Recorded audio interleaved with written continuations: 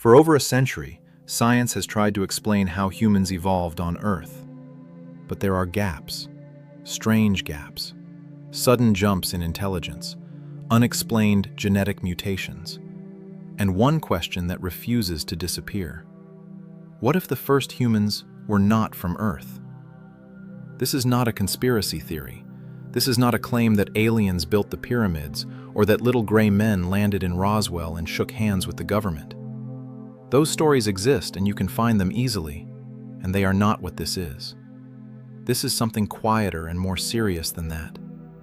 This is a look at what the actual data shows, what the fossils show, what the genetics show, what the timeline shows when you lay it out carefully and look at the places where it does not add up the way it should. Because there are places where it does not add up. And the scientists who work with this data know it. They argue about it in papers, and at conferences, and in the field, and they have been arguing about it for decades without resolution. And the reason they have not resolved it is not that they are not smart enough or do not have enough data. It is that the data contains something that does not fit cleanly into any existing explanation. Something that does not fit. Let's start with the brain. 300,000 years ago, Homo sapiens appeared in the fossil record. And the brain that appeared was not a small improvement on what came before. It was a leap. A significant, rapid, poorly explained leap in size and in complexity, and in the architecture of the prefrontal cortex, the region responsible for abstract reasoning and long-term planning and language, and everything that makes human cognition different from every other cognition on this planet. Everything that makes it different. The leap happened fast. In geological terms, almost instantaneously. And it came equipped from the beginning with capacities that would not be used for another 250,000 years. Think about that number. 250,000 years. The brain arrived with the hardware already installed. Language, symbolic thought, the ability to imagine futures that do not exist and then build them. The ability to ask why. All of it was there, sitting in the skull of Homo sapiens, unused, waiting, for a span of time longer than the entire recorded history of human civilization multiplied by 100. And then, something happened. Approximately 50,000 years ago, something triggered the expression of those capacities, and the result was what archaeologists call the Great Leap Forward, a sudden explosion of art and ritual and tool complexity and long-distance trade and symbolic behavior that appears in the archaeological record without clear precedent and without a clear cause. Without a clear cause. Richard Klein of Stanford, one of the most respected paleontologists working on this transition, described this as one of the most puzzling events in human prehistory. He used those words, puzzling, genuinely unknown. This is not a fringe researcher.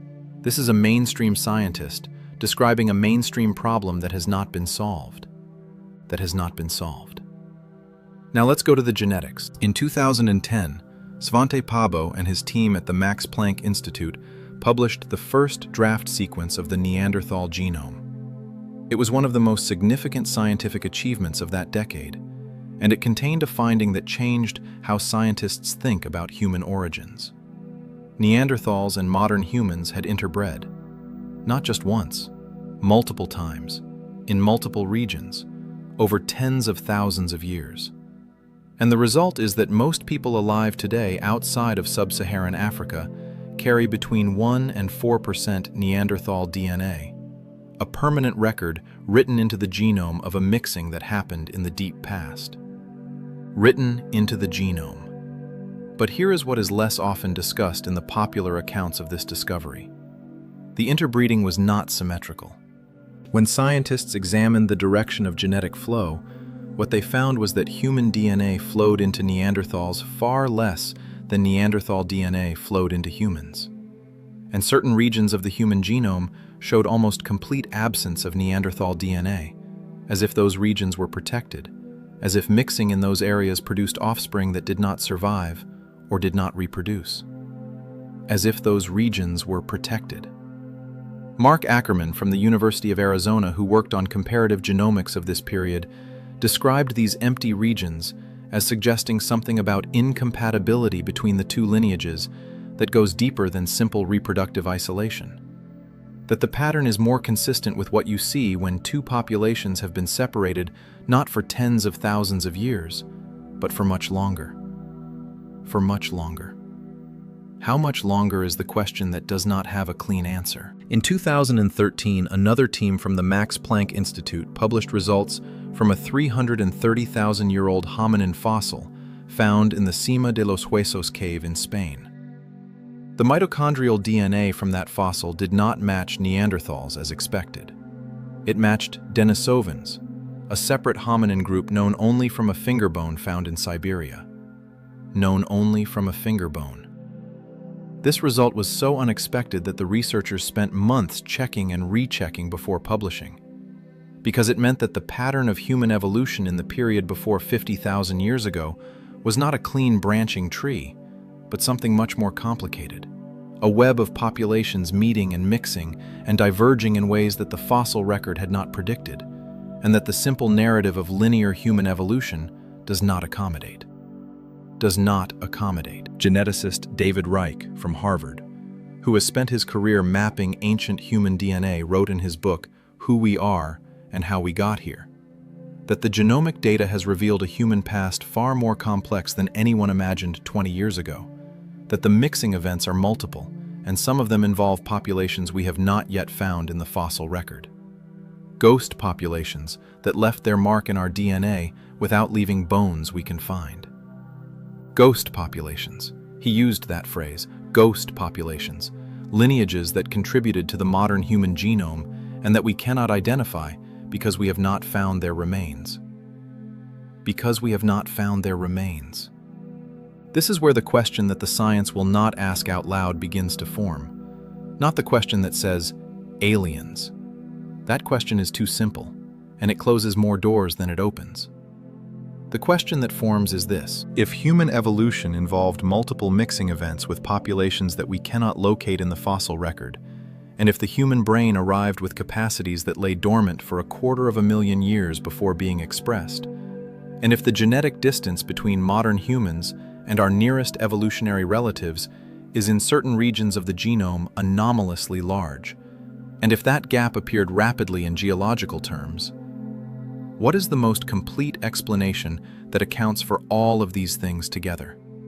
Not separately, together. Francesco Ricciardone, an Italian astrophysicist who wrote a controversial paper in 2019 examining the statistical probability of convergent evolution producing human-level cognition on a planet of Earth's age. Ricciardone calculated that, given what we know about the rate of evolutionary change in primate cognition, the speed of the transition to modern human cognitive capacity falls at the extreme tail of the probability distribution. At the extreme tail. He was careful to say that extreme tail does not mean impossible. It means unlikely enough to require explanation. Requires explanation. And the explanation he examined, not as a belief, but as a hypothesis to be tested, was panspermia in its most serious scientific form. Not the version where spacecraft land and little gray figures step out, but the version that Nobel laureate Francis Crick took seriously enough to write a book about. The version that asks whether complex organic information could travel between star systems embedded in material ejected by impacts, and whether Earth in its early history could have received biological material from elsewhere. Whether Earth could have received biological material. Crick, who understood DNA better than almost anyone who has ever lived, wrote in that book that the origin of life on Earth presented him with problems he could not resolve through conventional chemistry alone, and that the hypothesis of directed panspermia, while speculative and unprovable with current technology, was not less scientific than some of the alternatives being seriously discussed. Not less scientific than the alternatives. This is the territory where the question lives.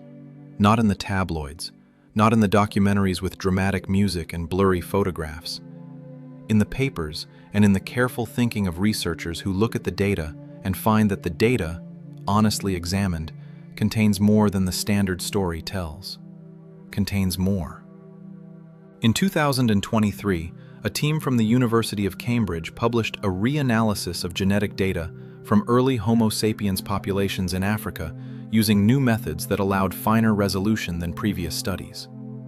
What they found was that the founding population of modern humans, the group from which all living humans descend, was smaller than previously estimated, significantly smaller. The effective population size at the base of the modern human lineage appeared to be in the range of a few thousand individuals, possibly fewer, a bottleneck so extreme that it approaches the minimum viable population size for a large mammal, the minimum below which genetic diversity collapses and extinction becomes likely. Below which extinction becomes likely. The team described this finding as surprising and offered several possible explanations, including climate events and disease and geographic isolation. All of those explanations are possible.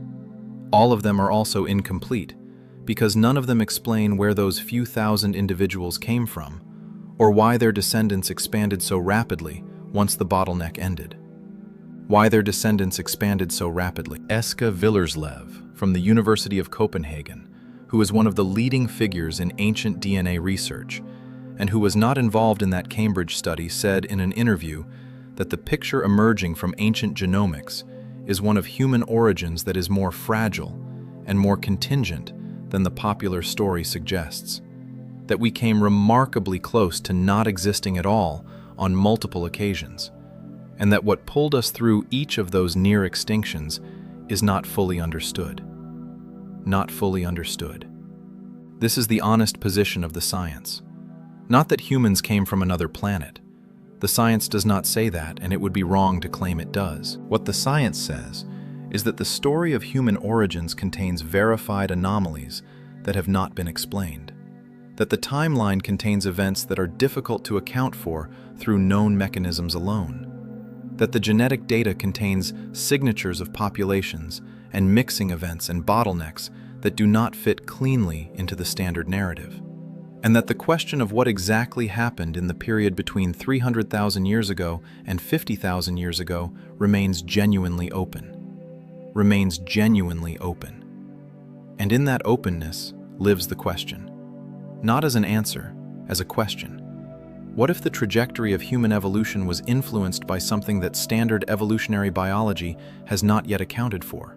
Something that left its signature in the genome and in the archaeological record, and in the strange fact of a brain that arrived 250,000 years before it was used. What if the gap in the story is not a gap waiting to be filled by more fossils or better dating methods, but a gap that points towards something the current framework is not built to see? Not built to see. That is not a conclusion. It is the most honest description of where the evidence sits right now, in the hands of researchers who look at it carefully and who say, in their papers and in their field notes, and in the conversations they have when the recorders are off, that something here does not add up the way it should. Something here does not add up, and that something is worth taking seriously. The fossils are the part of this story that gets the most attention. They are the most visible, the most tangible, the part that ends up in museum displays and in textbook illustrations, and in the popular imagination as the definitive record of where we came from and how we got here. But paleontologists who work with fossils every day will tell you something that the textbooks do not always make clear. The fossil record of human evolution is extraordinarily thin. Not thin as in incomplete in the way that all fossil records are incomplete. Thin as in we are attempting to reconstruct the evolutionary history of a lineage spanning millions of years from a collection of bones that would fit in the back of a single pickup truck. Would fit in the back of a pickup truck. Ian Tattersall from the American Museum of Natural History, who spent his career working with hominin fossils, said in a lecture that the entire physical evidence for human evolution that existed as of the early 2000s could be contained in a space smaller than the average living room, and that this fact should inspire humility in anyone who claims to know with confidence exactly what happened. Should inspire humility. And what those sparse fossils show, when examined without the pressure to make them fit a predetermined narrative, is a picture that is more complicated and more discontinuous than the smooth, upward arc from ape to human that the popular story describes. More discontinuous. There are long periods in the fossil record where nothing much appears to change. And then there are periods where change appears rapidly, where new forms appear without clear ancestors in the preceding layers, where the expected transitional forms are absent, where the expected transitions are absent. The period between 200,000 and 300,000 years ago is one of those periods.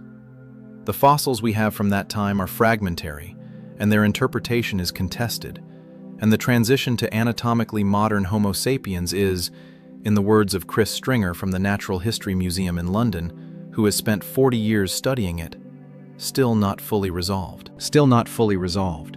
Stringer is not a marginal figure. He is one of the most cited paleoanthropologists working today, and his honest assessment of the central transition in human evolutionary history is that it is not fully resolved.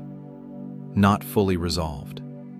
In 2017, a set of fossils found at Jebel Irhoud in Morocco was redated using new methods, and the result pushed the origin of Homo sapiens back by 100,000 years, from approximately 200,000 years ago to approximately 300,000 years ago. Back by 100,000 years. This was not a minor revision. This was a fundamental change in the timeline of human origins, a change that created new problems even as it solved old ones, because the fossils from Jebel Irhoud, while anatomically modern in some respects, were not fully modern in others, and their geographic location in Northwest Africa did not fit the prevailing model of human origins in East Africa. Did not fit the prevailing model. Jean-Jacques Houblin from the Max Planck Institute, who led the Jebel Irhoud research, said that the findings suggested Homo sapiens did not arise in a single place at a single time, but emerged across a broad geographic range through a process more complex than a single origin event. More complex than a single origin event. This is the direction in which the science is moving. Not toward simplification, toward complexity. Not toward a cleaner story, but toward a messier one that requires more explanation, not less. Requires more explanation. And in the middle of that messiness, there is one anomaly that researchers return to more than any other, that comes up in papers and in reviews and in the careful hedged language that scientists use when they are describing something they do not understand. The anomaly of chromosome 2. Humans have 46 chromosomes. Every other great ape has 48. Chimpanzees have 48. Gorillas have 48. Orangutans have 48. The entire lineage of non-human great apes converges on 48 as the standard number. Humans have 46. The explanation that is widely accepted is that at some point in human evolutionary history, two ancestral chromosomes fused into one, creating human chromosome 2, and that this fusion event is detectable in the genome because the telomeric sequences that normally exist only at the ends of chromosomes appear in the middle of chromosome 2 at the point where the fusion occurred. Detectable in the genome. This explanation is accepted. It is supported by evidence. It is not controversial in the sense that mainstream geneticists dispute it. What is less discussed is the question of when this fusion occurred and what its consequences were. Chromosome fusions happen in other species. They are known events. They are usually neutral or mildly negative in their effects because they create reproductive barriers between individuals who carry the fused chromosome and those who do not. Barriers that make it harder to produce viable offspring. Harder to produce viable offspring. This means that when a chromosome fusion first occurs, it occurs in a single individual or a very small number of individuals. And for it to spread through a population, it must confer some significant advantage that outweighs the reproductive cost of the barrier it creates. Or it must spread through a very small population, where chance events can drive unusual genetics to fixation even without selective advantage. Through a very small population. The Cambridge bottleneck finding connects here. If the ancestral human population went through a bottleneck small enough that chance genetic events could spread rapidly, and if the chromosome 2 fusion occurred at or near that bottleneck, then the fusion event and the bottleneck may be part of the same story. Part of the same story. What that story is remains unspecified by the data. The data shows the bottleneck, and it shows the fusion, and it shows the timing, and it does not specify a cause. Does not specify a cause.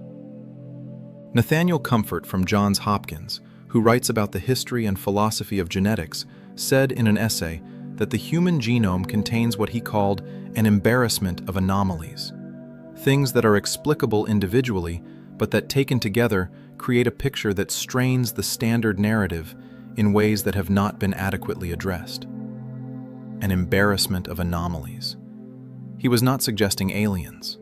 He was doing what good historians of science do, pointing to the places where the explanations are thinner than the confidence of the people giving them.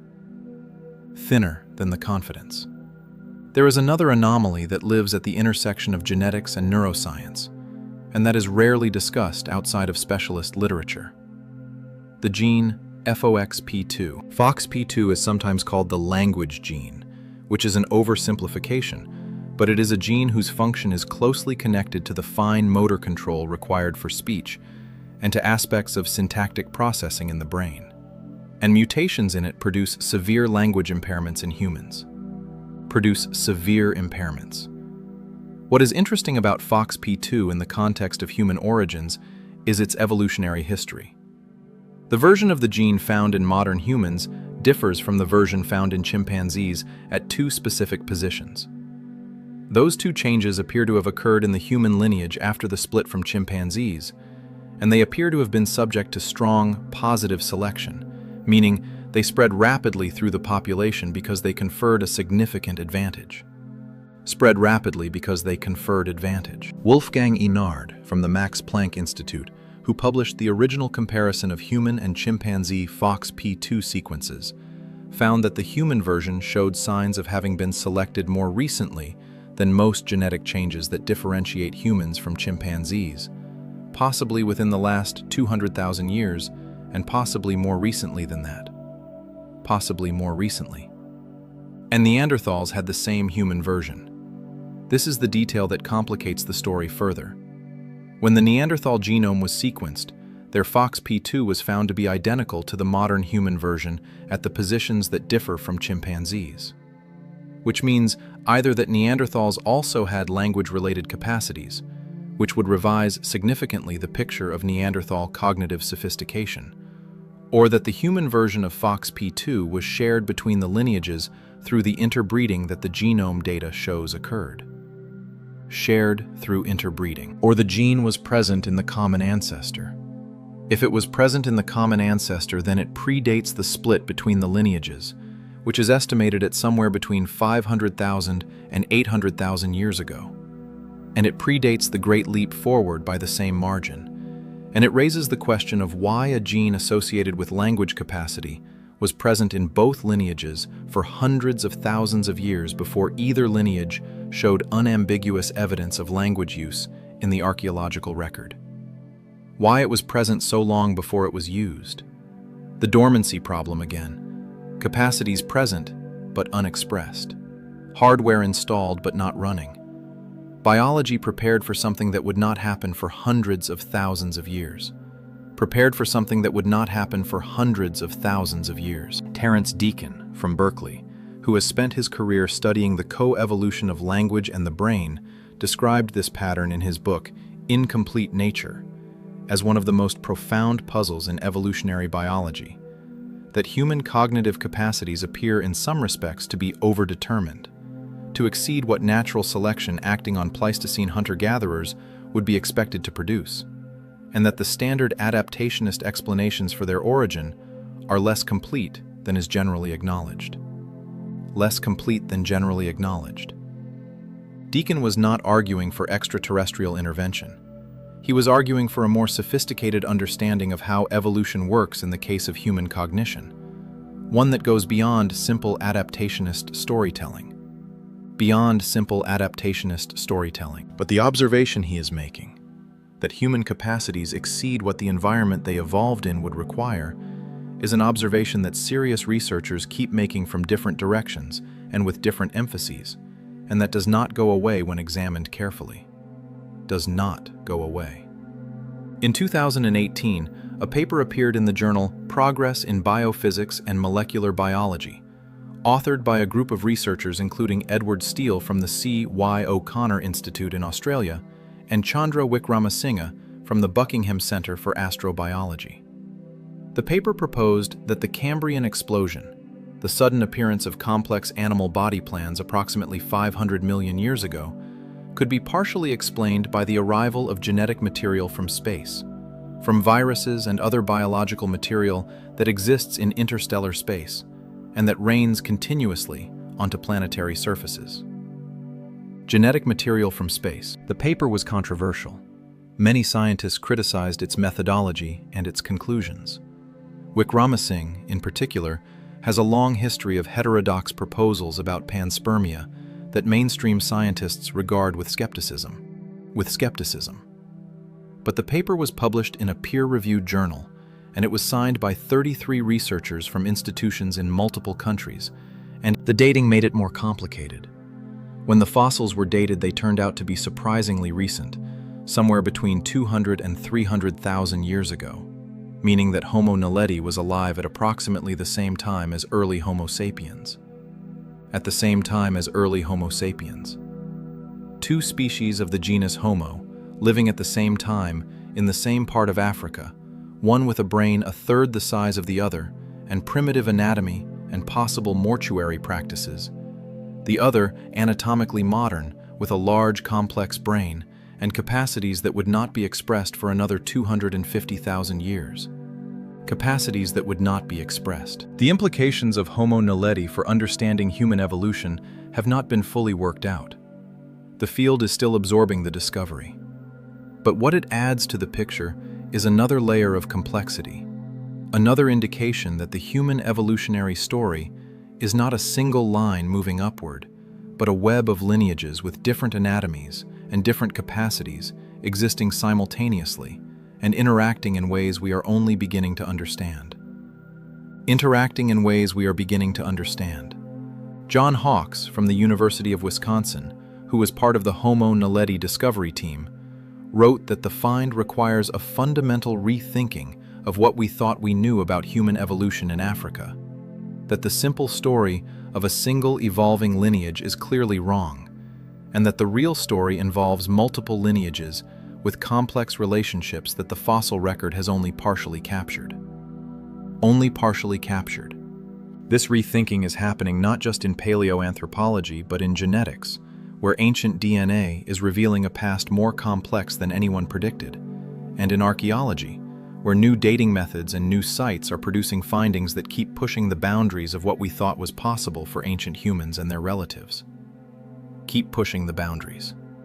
In 2018, researchers reported evidence of ochre use and cross-hatched engravings at Blombos Cave in South Africa, dating to approximately 73,000 years ago, pushing the earliest evidence of symbolic and artistic behavior significantly earlier than it had previously been established. In 2023, a paper in Nature reported evidence of complex wooden construction at a site in Zambia dating to nearly 500,000 years ago, hundreds of thousands of years before any previous evidence of deliberate wooden construction, in a period attributed to hominins with much smaller brains than modern humans. Larry Barham from the University of Liverpool, who led that research, said that the finding challenged existing ideas about the cognitive capabilities of early hominins, that the construction showed planning and skill that we had not previously associated with that period, and that it required a revision of assumptions about when and in whom complex technical cognition first appeared. Revision of assumptions. The pattern across all of these findings is consistent. Every time new methods are applied and new sites are excavated, the story gets older and more complex, and more difficult to explain through the mechanisms that the standard narrative relies on. Older and more complex. And this consistent pattern of the story getting harder to tell simply as the evidence accumulates is itself a kind of data, a signal that the framework being used to interpret the evidence may be missing something important.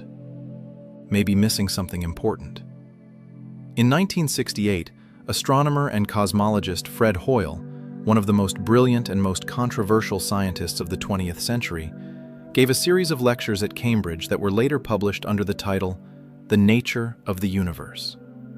In those lectures, Hoyle argued, among other things, that the standard account of biological evolution was mathematically inadequate, that the probability of the complex biological molecules required for life assembling by chance was so low as to be effectively zero, even given the age of the universe. Effectively zero. Hoyle was wrong about some things and right about others, and his ideas about panspermia, which he developed over the following decades, were rejected by most of the scientific community. But his mathematical challenge to the standard account of evolution has never been fully answered to the satisfaction of everyone in the field, and the debate he started continues in different forms in the literature on the origin of life and the origin of biological complexity. Continues in different forms. The version of that debate that is most relevant here concerns not the origin of life in general, but the origin of the specific biological complexity associated with modern human cognition. The question is not whether evolution works. It demonstrably does. The question is whether evolution, acting through known mechanisms on a lineage of African primates in the time available, produced the result we observe without any additional explanation being required. Without any additional explanation. And the honest answer, based on what the data shows as of now, is that we do not know.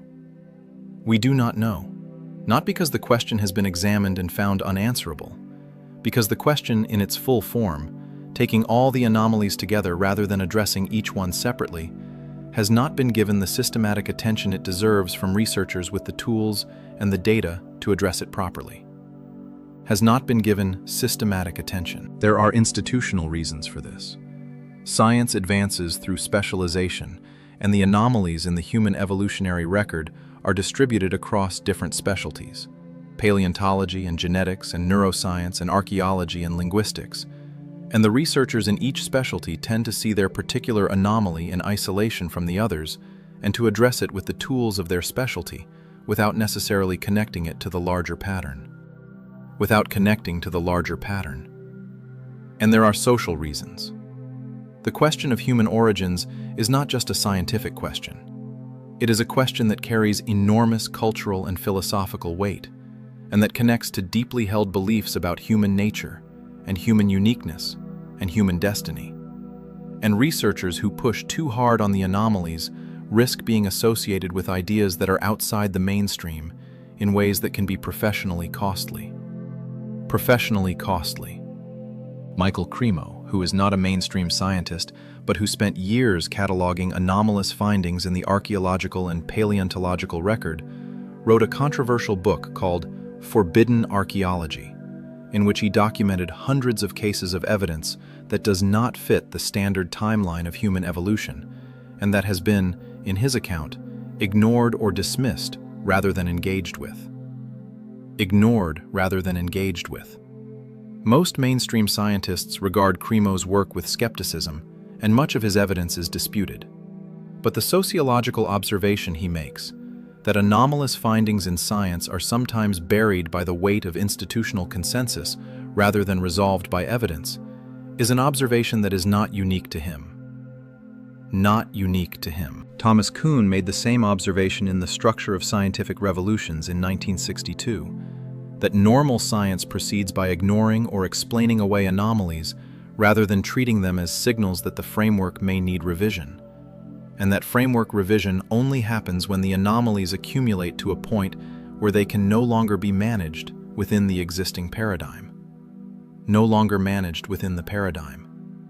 Whether the anomalies in the human evolutionary record have reached that point is a question that different researchers answer differently. But that they exist, that they are real, that they are acknowledged by mainstream scientists, even if not always framed as a unified challenge to the standard narrative, this is not in dispute. This is not in dispute. In Moscow in 1989, in the last years of the Soviet Union, a biophysicist named Pyotr Garyaev was working on what he called wave genetics, a theoretical framework proposing that DNA functions not only as a chemical information storage system, but also as a kind of antenna, capable of receiving and transmitting electromagnetic information that influences gene expression. Capable of receiving and transmitting. Garyaev's work was and remains outside mainstream genetics. Most Western scientists regard it with skepticism or dismissal.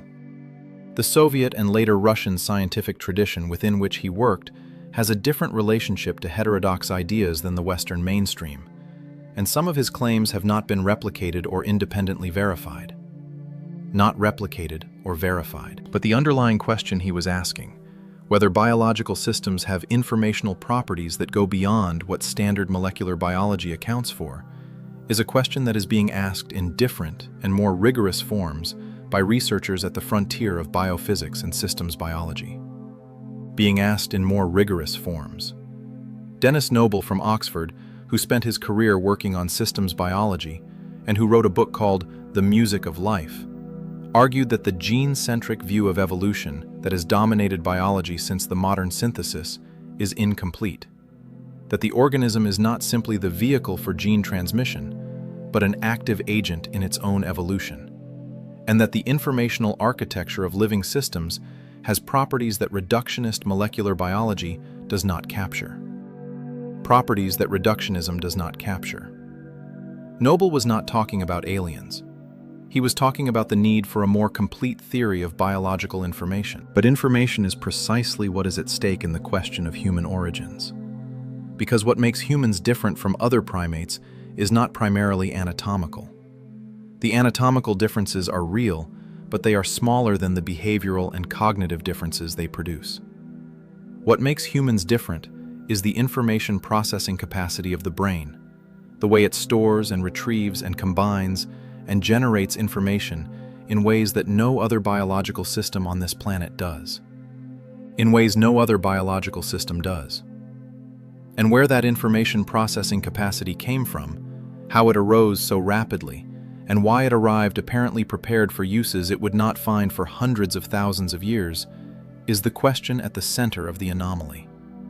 The question at the center. Paul Davies from Arizona State, who thinks more carefully about the physics of information and its relationship to life than almost anyone alive, wrote in his book, The Eerie Silence, that if technological civilizations exist elsewhere in the universe, and if any of them are significantly older than ours, the most likely way they would choose to communicate is not through radio signals or laser pulses, but through biology itself, through the encoding of information in the genetic material of microorganisms that could survive interstellar travel, and that would be decoded only when the receiving civilization developed the capacity to read it. Decoded only when the capacity existed. Davies was speculating. He was careful to say so.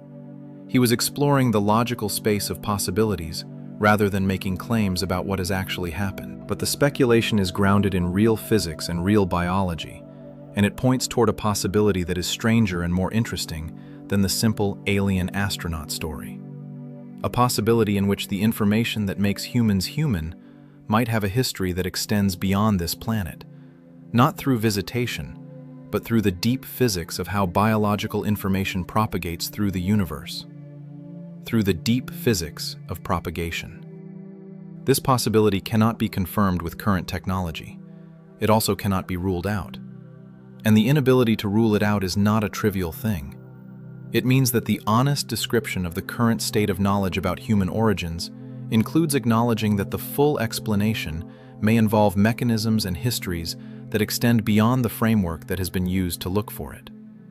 Beyond the framework used to look. In the Tugan Hills in Kenya, the fossils of Auroran tuganensis lie in rock that is 6 million years old, and the questions they raise about the timing of bipedalism have not been resolved, and may not be resolved until better fossils are found, and perhaps not even then.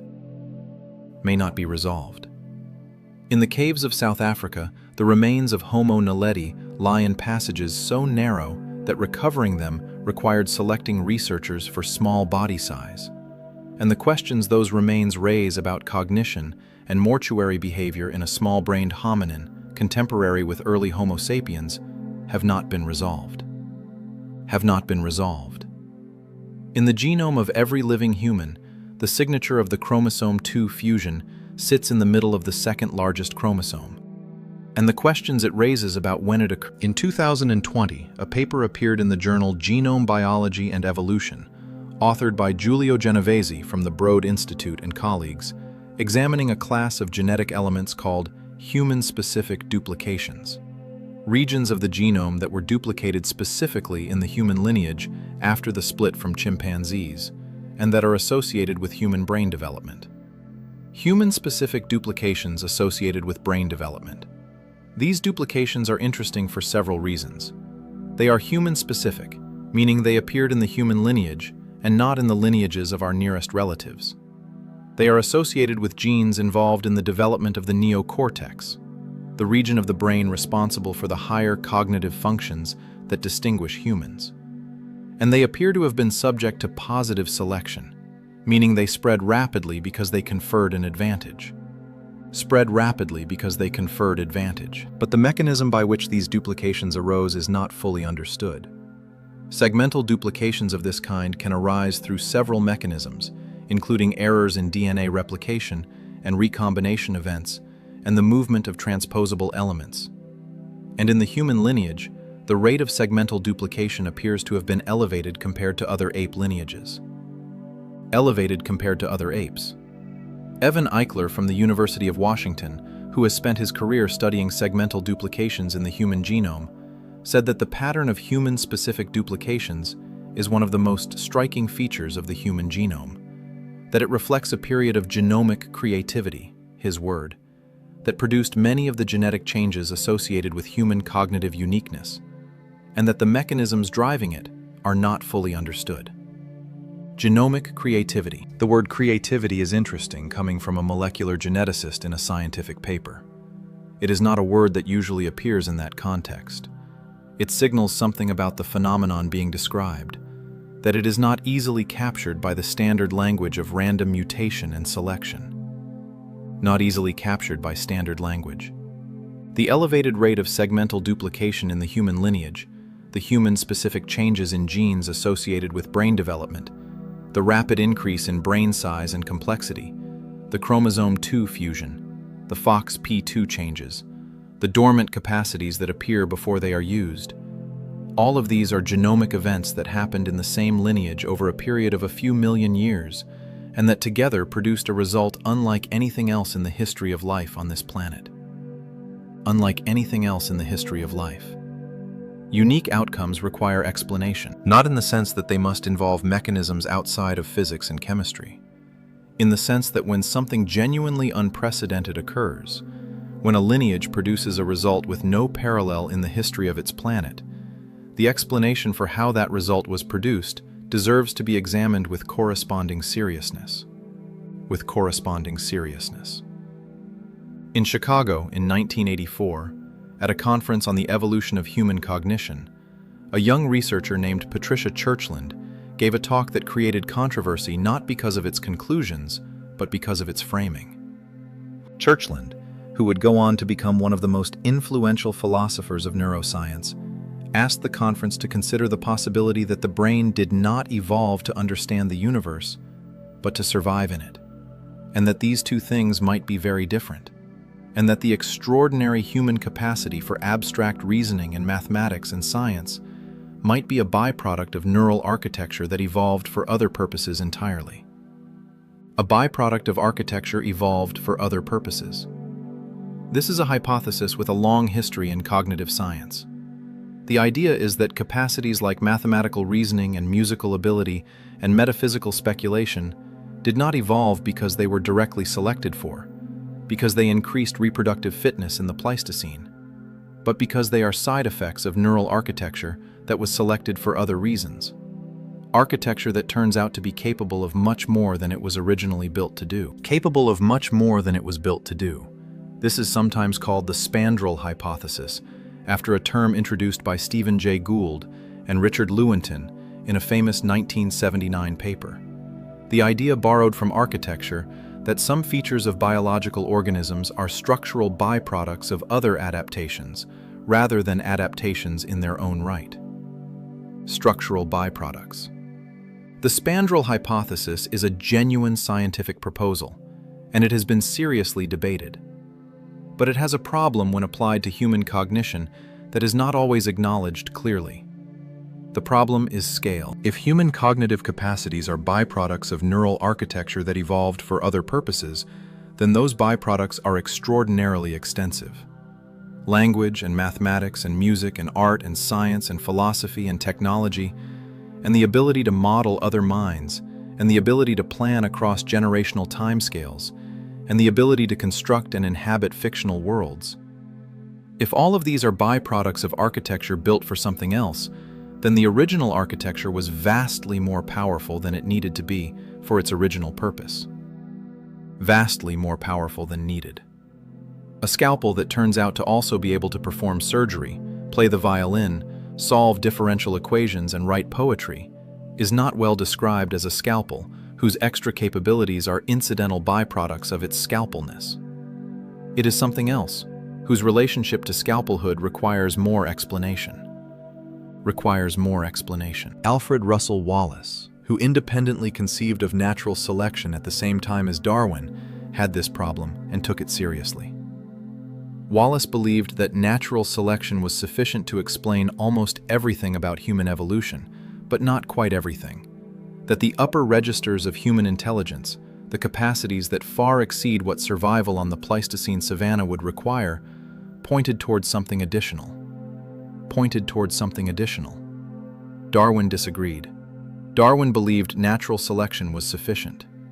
The disagreement between the two men who independently discovered the central mechanism of evolution about whether that mechanism was sufficient to explain human cognition is a fact that is not as widely known as it should be. Wallace never resolved the question to his own satisfaction. He spent the last decades of his life circling it, trying different framings, and the question he was asking is the same question that Ferrier asks at conferences and that Deacon addressed in Incomplete Nature, and that the data on human-specific genomic duplications raises every time someone looks at it carefully. The same question. Is the mechanism sufficient to explain the result? In Moscow in 2002, a workshop was held at the Institute for Mathematical Problems in Biology that brought together evolutionary biologists and mathematicians and physicists to examine quantitative models of major evolutionary transitions, the large-scale changes in biological organization that produced new levels of complexity in the history of life. To examine quantitative models, the workshop produced a proceedings volume that was not widely read outside of the specialists who attended, and that contained a paper by Yuri Lezebnik, a cell biologist from Cold Spring Harbor, that was unusual in its directness. Lezebnik argued that biology had a problem with the precision of its explanatory frameworks, that when biologists described mechanisms of evolutionary change, they were often describing them at a level of qualitative narrative that did not permit quantitative evaluation of whether the proposed mechanisms were actually sufficient to produce the observed outcomes. Did not permit quantitative evaluation. He used an analogy that became somewhat well known among the researchers who read it. He said that biologists describing evolution were like engineers describing a radio in terms of the social relationships between its components, rather than the physics of their interactions, and that while the social description might be true, it was not precise enough to allow you to evaluate whether the radio would actually work. Not precise enough to evaluate whether it would work. The analogy is imperfect, as all analogies are, but the underlying point is sound, and it applies directly to the question of human cognitive evolution. The narrative description of how human cognition evolved, the sequence of selective pressures, and environmental changes and behavioral innovations that the standard account invokes, is a qualitative narrative. It may be broadly correct, but it is not precise enough to evaluate whether the proposed mechanisms operating on the proposed timescales are actually sufficient to produce the observed result. Not precise enough to evaluate sufficiency. Bridging that gap, producing a quantitative framework precise enough to evaluate whether the math works out, is one of the central unsolved problems in the study of human evolution. One of the central unsolved problems. And until that problem is solved, The honest position is that the mechanism has been described but not evaluated, that the story has been told but not tested in the quantitative sense that would allow us to say with confidence that it is complete. That it is complete. In the absence of that completeness, the anomalies remain anomalies, unexplained features of an incompletely explained story. And the question that refuses to disappear, the question that this began with, remains what it has always been. Remains what it has always been.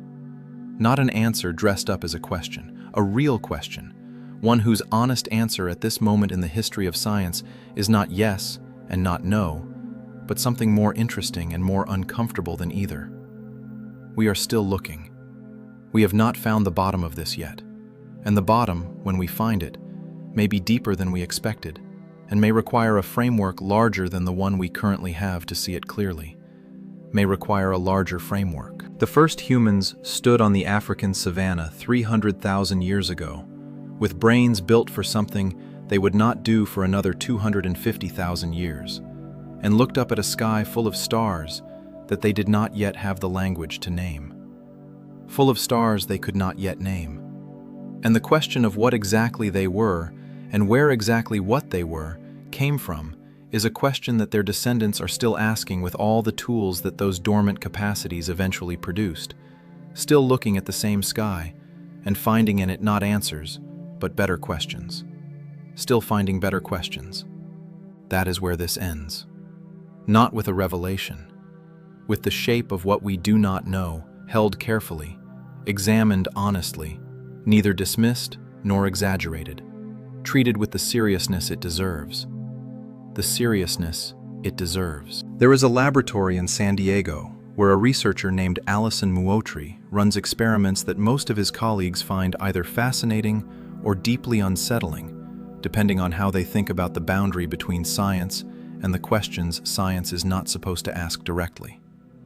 Muotri grows brains, not complete brains, organoids, clusters of human neurons that self-organize into structures resembling the developing human brain, three-dimensional masses of living neural tissue that produce electrical activity, that form connections, that in some of the more developed specimens generate oscillating brain waves that on an EEG look disturbingly similar to the brain waves of premature human infants.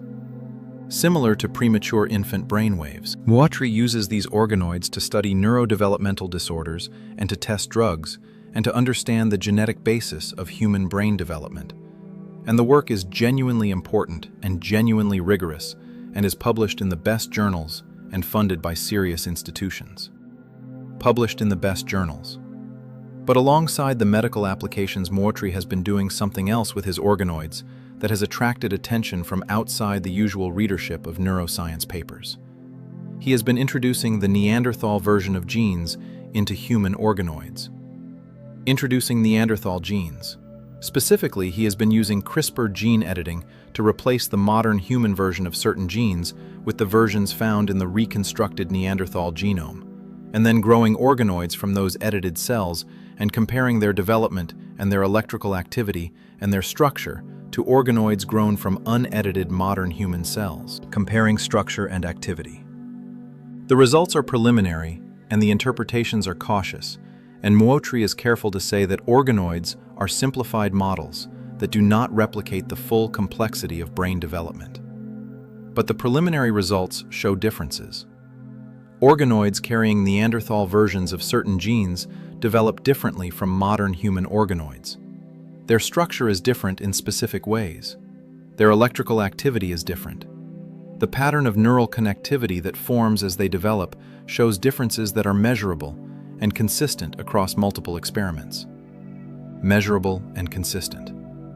What those differences mean for cognition, whether they reflect anything about the difference between Neanderthal and modern human minds, is a question that Muotri is careful not to answer directly, because the organoids are too simple and too small to support claims about cognition. Too simple to support claims about cognition. But the differences are there, and they are real, and they are detectable in laboratory conditions, and they connect the abstract question of what genetically distinguished human from Neanderthal cognition to something concrete and observable and measurable. something concrete and measurable. This matters for the larger question because it demonstrates something important. The genetic differences between modern humans and Neanderthals, differences that are measurable in base pairs and gene variants, correspond to detectable differences in neural development in laboratory conditions. Correspond to detectable differences, which means the genetic changes that occurred in the modern human lineage after the split from the Neanderthal-Denisovan ancestor are not just abstract genomic facts.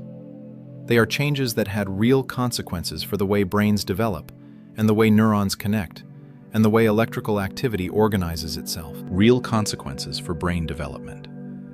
And those changes, the ones that produced the modern human brain in its distinctive form, are the ones that appeared rapidly in the lineage, and that are associated with the human-specific genomic duplications that Eichler described with the word creativity, and that sit at the center of the anomaly we have been examining.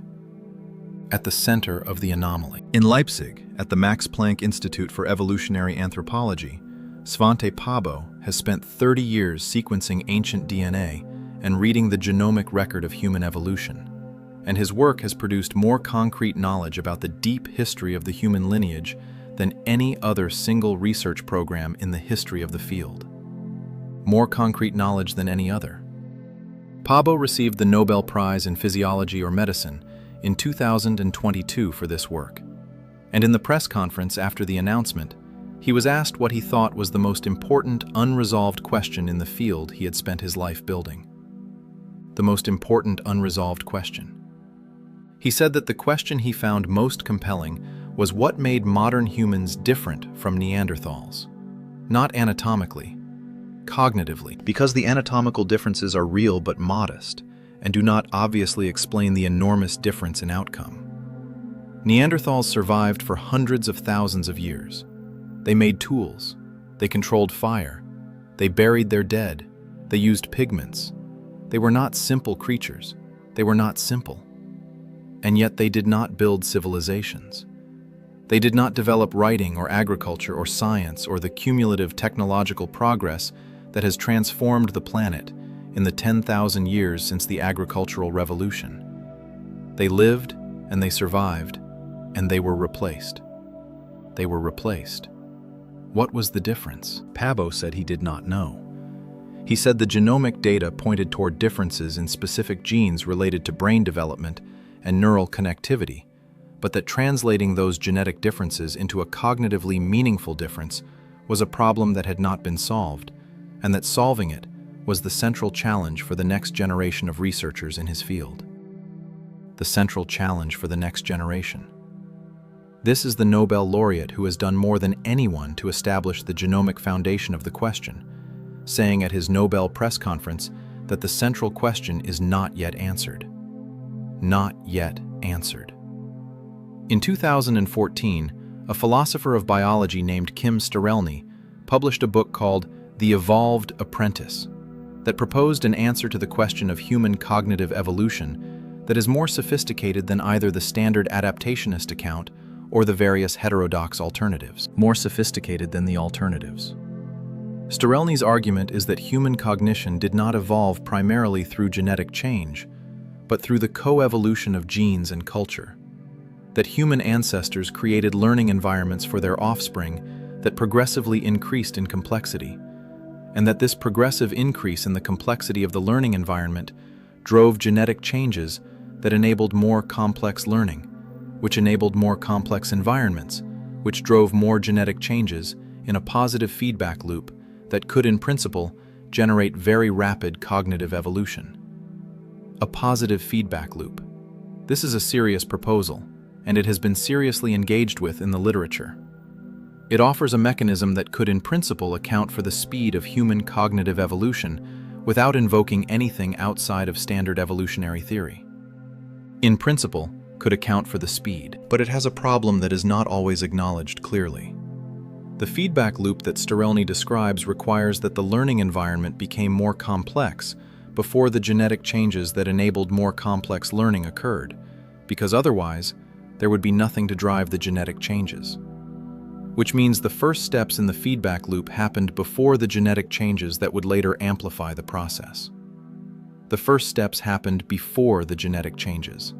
And those first steps, the initial increases in the complexity of the learning environment that started the feedback loop, require an explanation of their own.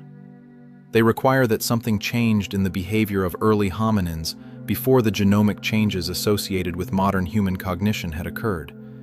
And the question of what caused that initial behavioral change is not addressed by the theory of the feedback loop itself.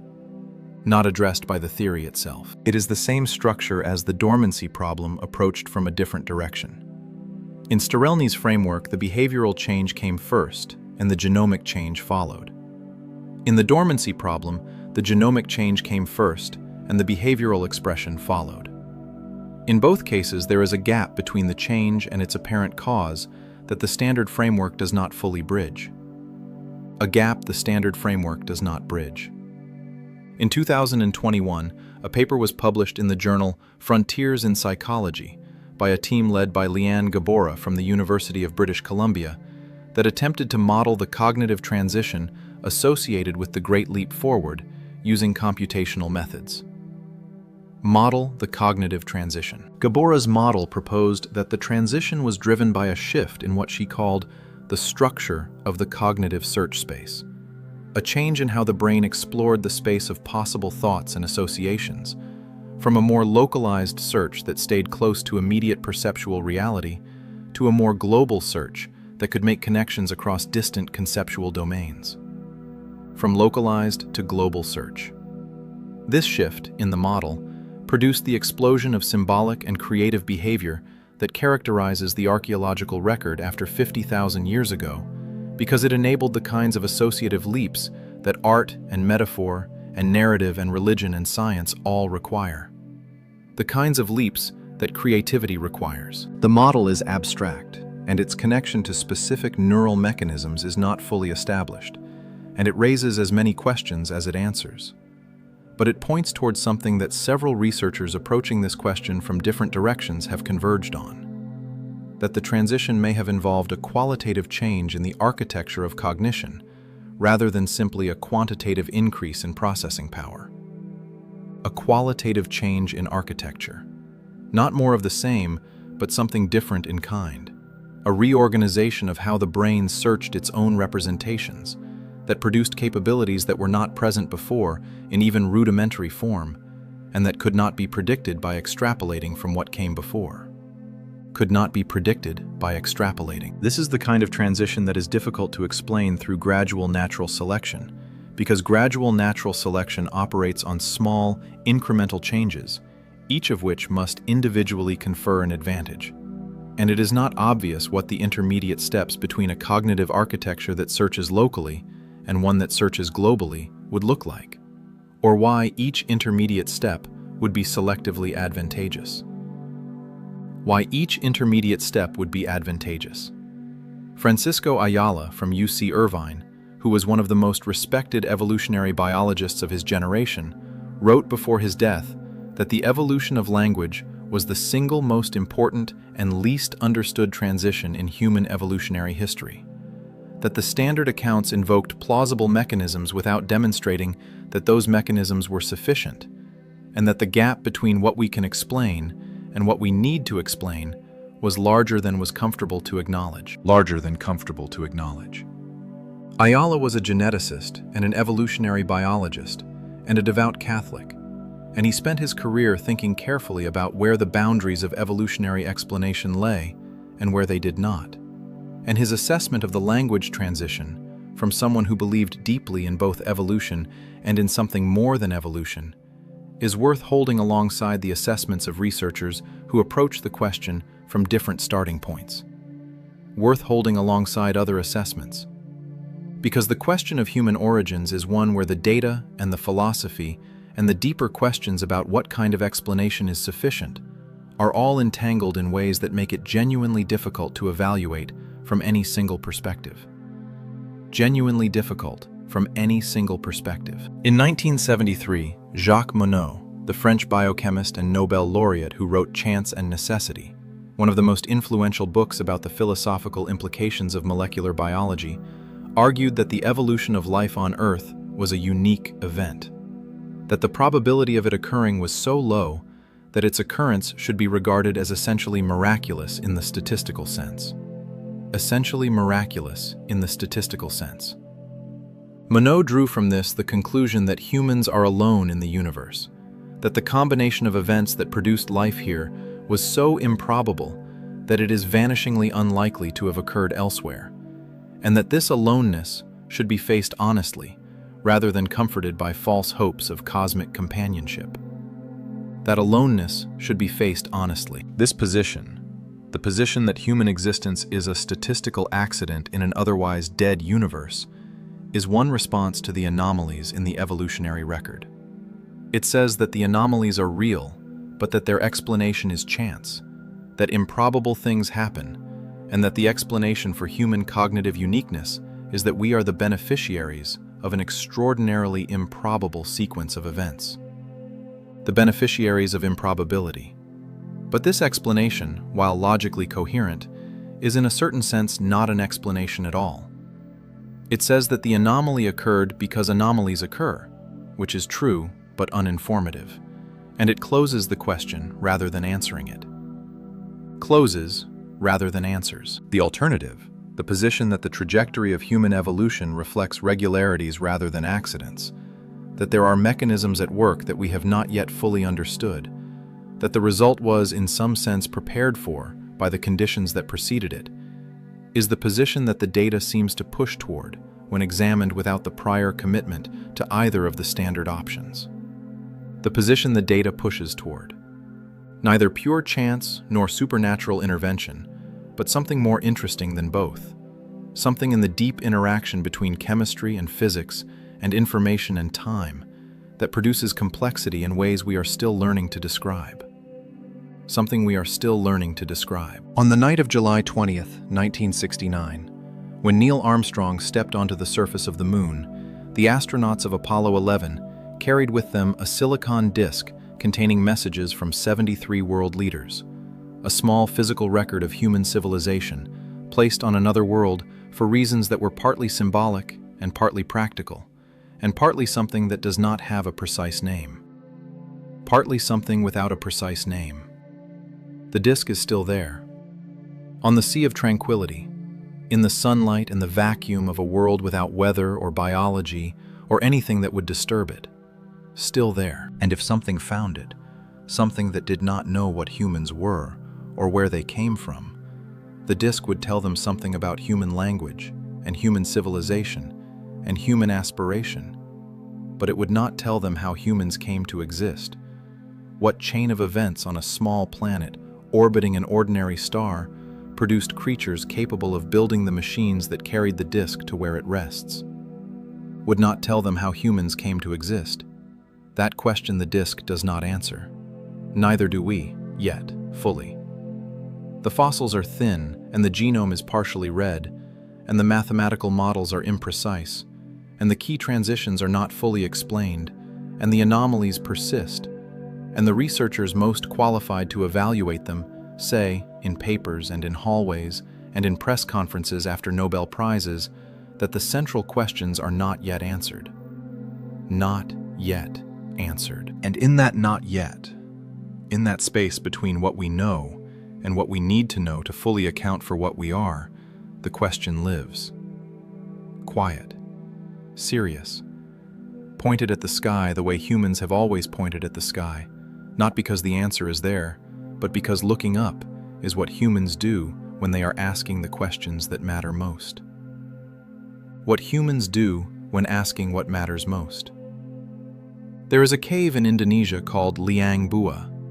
It sits on the island of Flores in the Lesser Sunda chain, and it is a large cave as caves go, high-ceilinged and dry, and the kind of place that has been used by humans for shelter across long spans of time. And in 2003, a team of Australian and Indonesian archaeologists working in its floor made a discovery that created more controversy in paleoanthropology than almost any finding of the previous decade.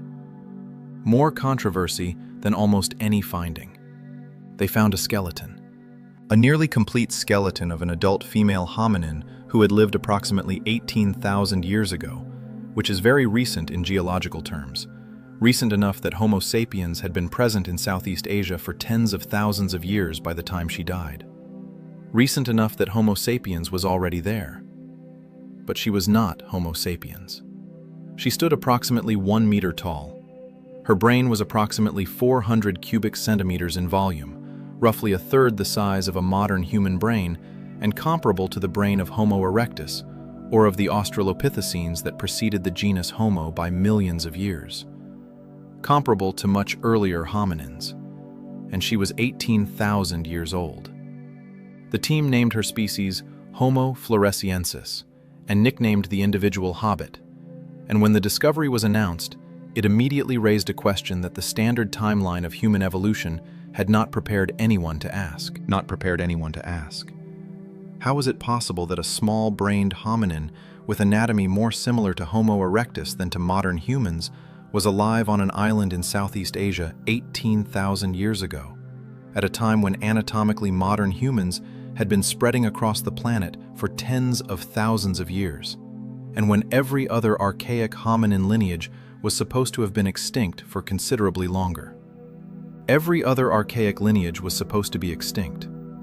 The controversy that followed was intense and prolonged. Some researchers argued that Homo floresiensis was not a separate species at all, but a modern human with pathological microcephaly, a condition that causes abnormally small brain size. Others argued it was a genuine species descended from an ancient hominin population that had reached Flores and then undergone island dwarfism, the well-documented tendency of large mammals on islands to evolve towards smaller body size over generations due to resource constraints. The tendency towards smaller size on islands. The debate lasted years and produced dozens of papers and involved researchers on multiple continents taking strong positions and then revising them and then taking different strong positions. And the resolution that eventually emerged from the weight of evidence was that Homo floresiensis was indeed a genuine species. A real population of small-brained hominins that had survived on Flores long after their relatives elsewhere had disappeared. But the resolution of that debate opened a larger question that has been less thoroughly examined. If Homo floresiensis survived on Flores until 18,000 years ago, then the story of when archaic hominins disappeared is more complicated than the standard account suggests. And the question of what other archaic populations may have survived in isolated locations until recent times is a question that has not been systematically addressed. Because islands are the obvious place to look, but they are not the only place.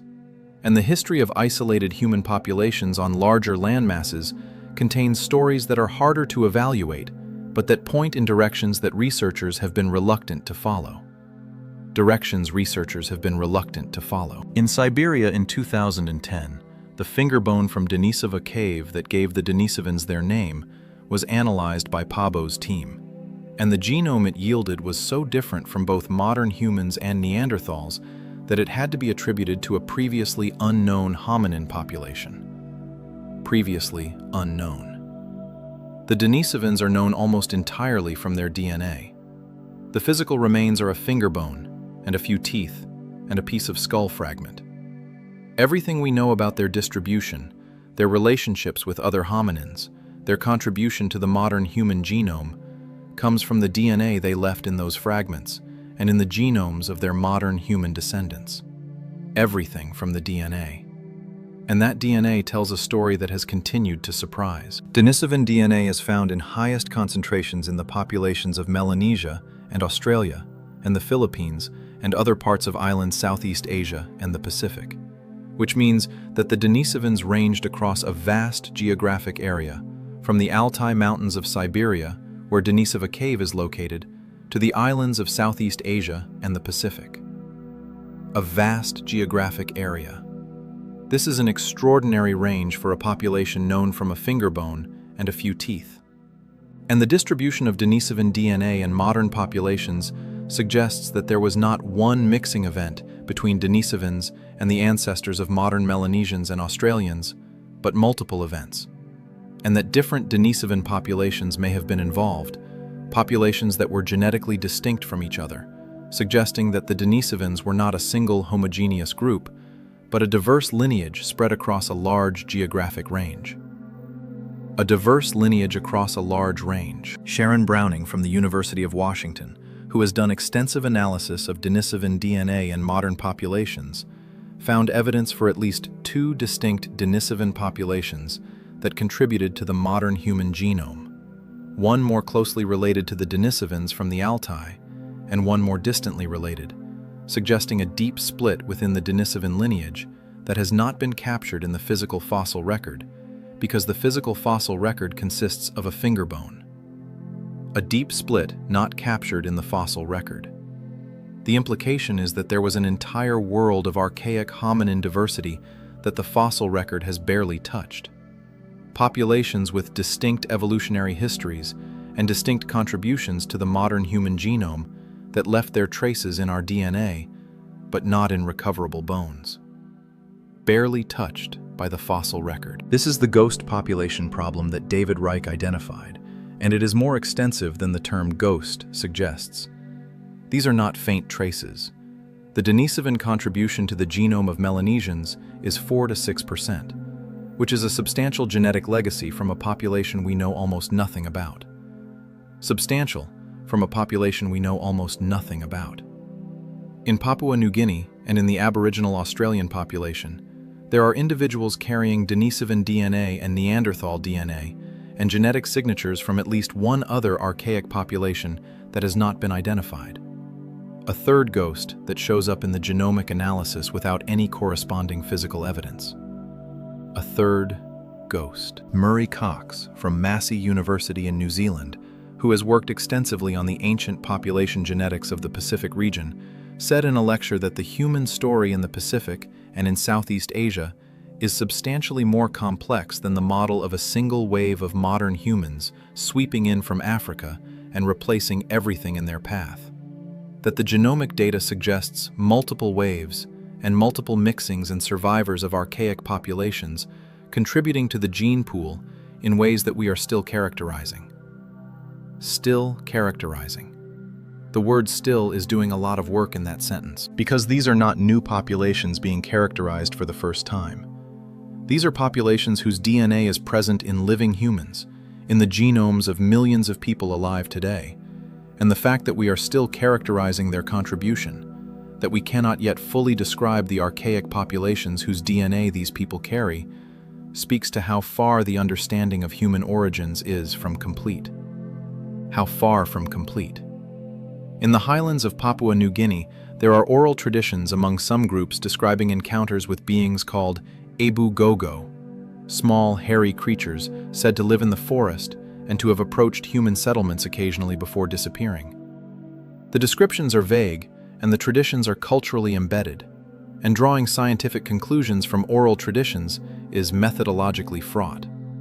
Methodologically fraught. But in the context of a world where Homo floresiensis survived on a neighboring island until 18,000 years ago, and where archaic hominin DNA from unidentified populations shows up in the genomes of Papua New Guineans, the oral traditions become slightly less dismissible than they would be in a world where all archaic hominins had been extinct for 100,000 years. Slightly less dismissible. Gregory Forth from the University of Alberta, who spent years studying Indonesian ethnobiology, and who wrote a careful and academically rigorous book about Flores traditions concerning similar small beings, said that the existence of Homo floresiensis had changed how he thought about the relationship between oral traditions and archaeological reality. That traditions which had previously seemed like folklore, pure and simple, now had to be evaluated against the possibility that they preserved genuine cultural memory of actual encounters with actual non-modern hominins. Preserved genuine cultural memory. This is not a claim that oral traditions are reliable historical records. It is a claim that in a world where archaic hominins survived much more recently than previously believed, the categorical dismissal of traditions describing encounters with such beings is less warranted than it once appeared. Less warranted than it once appeared. The point is not the Ebu Gogo specifically. The point is that the world revealed by ancient DNA and by finds like Homo floresiensis is a world in which the boundaries between modern humans and their archaic relatives were more permeable and more recent than the standard narrative described, and in which the implications of that permeability have not been fully worked out. Not fully worked out. John Hawkes, from Wisconsin, who has been thinking and writing about these questions longer than most, wrote that we are living through a revolution in the understanding of human origins that is ongoing and that has not yet settled into a new consensus. That the old story has been broken and the new story is not yet fully formed. The old story broken, new not yet formed. This is an unusual position for a scientific field to be in. Usually paradigm shifts happen and then consolidate. The data from ancient DNA has been arriving faster than the field has been able to consolidate it, and the result is a period of genuine uncertainty about fundamental questions that is uncomfortable for a field accustomed to presenting confident narratives. Uncomfortable for a field accustomed to confidence. In 2022, a paper in Science authored by a large international team, including researchers from China and Europe and the United States, reported the discovery of a fossil from Harbin in northeastern China that the authors attributed to a new species of hominin, which they named Homo longi, and which they proposed may be the sister group of modern Homo sapiens, more closely related to us than Neanderthals are. More closely related than Neanderthals. The Harbin fossil is a large and well-preserved skull dating to at least 146,000 years ago, and its anatomy is a mosaic, combining features seen in modern humans with features seen in archaic hominins, in ways that place it outside of any previously described species. Outside any previously described species. If the interpretation is correct, it adds another lineage to the already complicated picture of late Middle Pleistocene hominin diversity. Another branch of the human family tree that existed alongside Neanderthals and Denisovans and early Homo sapiens, and that contributed to the web of populations whose interactions produced the modern human genome. Another branch, alongside the others. Chris Stringer from the Natural History Museum, who has been tracking the complexity of this picture for 40 years, said that the Harbin fossil demonstrates once again that the human family tree is not a simple branching structure, but something more complex, more like a braided river than a tree, with lineages separating and rejoining and separating again in ways that make it difficult to speak confidently about clean species boundaries or linear sequences of ancestry. More like a braided river than a tree. A braided river. That image, from one of the most experienced paleoanthropologists working today, is worth sitting with for a moment. Not a tree with clear branches leading from a single trunk to a clear crown. A braided river, multiple channels, joining and separating, sometimes running in parallel, sometimes merging, with water from different sources mixing and separating again, and the question of where any particular drop of water came from becoming impossible to answer with confidence somewhere in the middle of the braid. Impossible to answer with confidence. This is the honest image of human origins as it appears in 2024 from the accumulated weight of genetic and fossil evidence. Not a clean line from ancestral ape to modern human. A braid, a web, a tangle of lineages whose interactions produced a result that none of them individually predicted, and that the standard story has consistently underestimated in its complexity. Consistently underestimated. And in that braided river, in that web of lineages and mixings and survivals and replacements, something produced an outcome unlike anything that had preceded it in the history of life on this planet. Something that within a few tens of thousands of years of its full expression transformed the planet beyond recognition. Transformed the planet beyond recognition. What that something was, where it came from, whether it was the inevitable product of the chemistry and physics of this world, or whether it drew on something beyond what this world alone provided, whether the braided river carried only water from local sources, or whether some of what flowed in it came from elsewhere, from older streams with origins that the current maps do not show. These are the questions, still open, still serious, still worth asking with all the rigor and all the honesty and all the willingness to follow the evidence wherever it goes that the questions deserve. wherever it goes. In the end, there is a bone. Not a metaphor, an actual bone. The Harbin skull sitting in a case in the Geoscience Museum of Hebei, GEO University in China. 146,000 years old, its eye sockets large, and its face broad, and its brain case holding the shape of a mind that thought and feared and wanted things we will never know. A mind that existed and then stopped existing and left this one object behind in the sediment of a river in northeastern China, where it waited until a construction worker found it in 1933 and hid it in a well to keep it from Japanese soldiers during the occupation, and where it waited in that well for 85 years, until the construction worker's grandson, following his grandfather's deathbed instructions, told scientists where it was. 85 years in a well, following deathbed instructions. That is the actual story of how one of the most important fossil finds of the 21st century came to scientific attention. And it is a story that contains more strangeness and more contingency and more human texture than any textbook account of the science can hold. More than any textbook can hold. The bone waited. The knowledge waited in the grandson who carried his grandfather's words. And when they finally met, bone and knowledge together, what they produced was not an answer, but a new complication, a new branch in the braided river, a new indication that the story was older and wider and more tangled than the version being told at the moment of the finding. Older and wider and more tangled. This is the pattern. Every bone that comes out of the ground makes the story more complex. Every genome that gets sequenced adds lineages that were not in the previous version. Every redating pushes the timeline further back. Every new site in Morocco or Flores or Siberia or China adds a population that was not there before. Every finding adds complexity.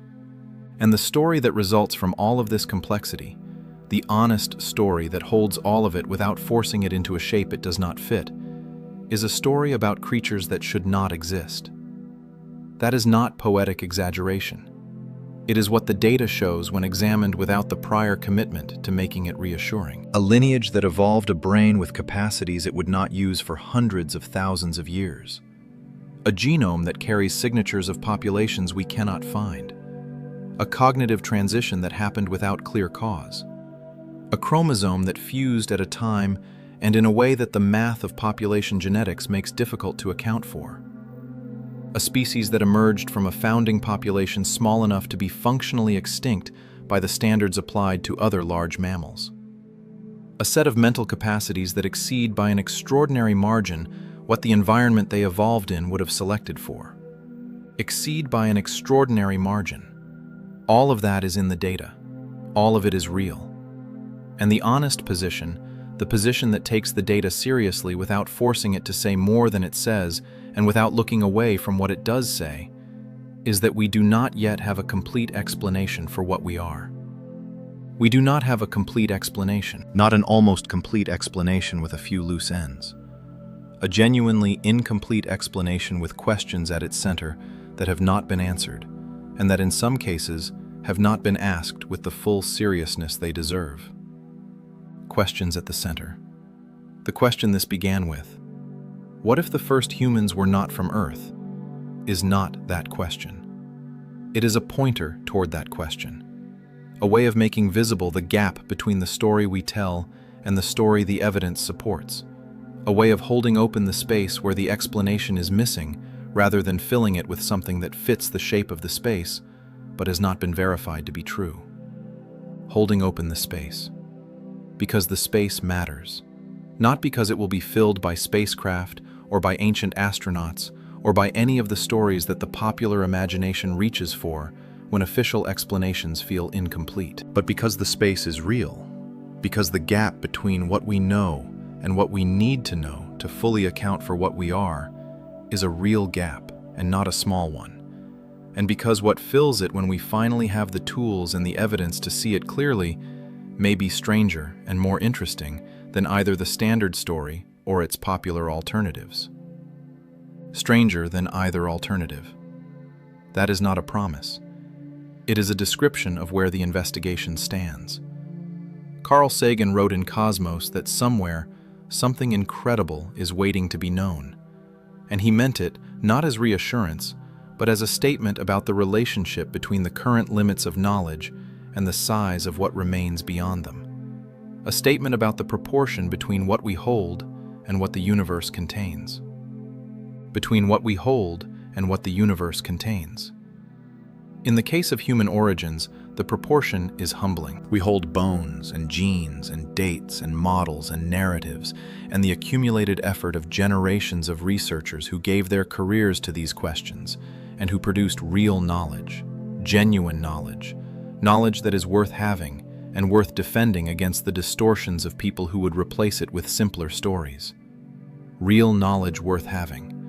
And what remains beyond what we hold is the full explanation of how a lineage of African primates became the thing that is now asking this question, looking at its own origin with tools it built for the purpose, finding in the record of its own past a complexity that resists the clean story, a depth that keeps exceeding each new attempt to measure it, a depth that keeps exceeding attempts to measure it.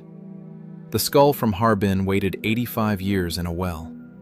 The bones of Homo floresiensis waited 18,000 years in a cave on Flores. The Denisovan genome waited 50,000 years in a fragment of a finger in a cave in Siberia. All of them waited to be found.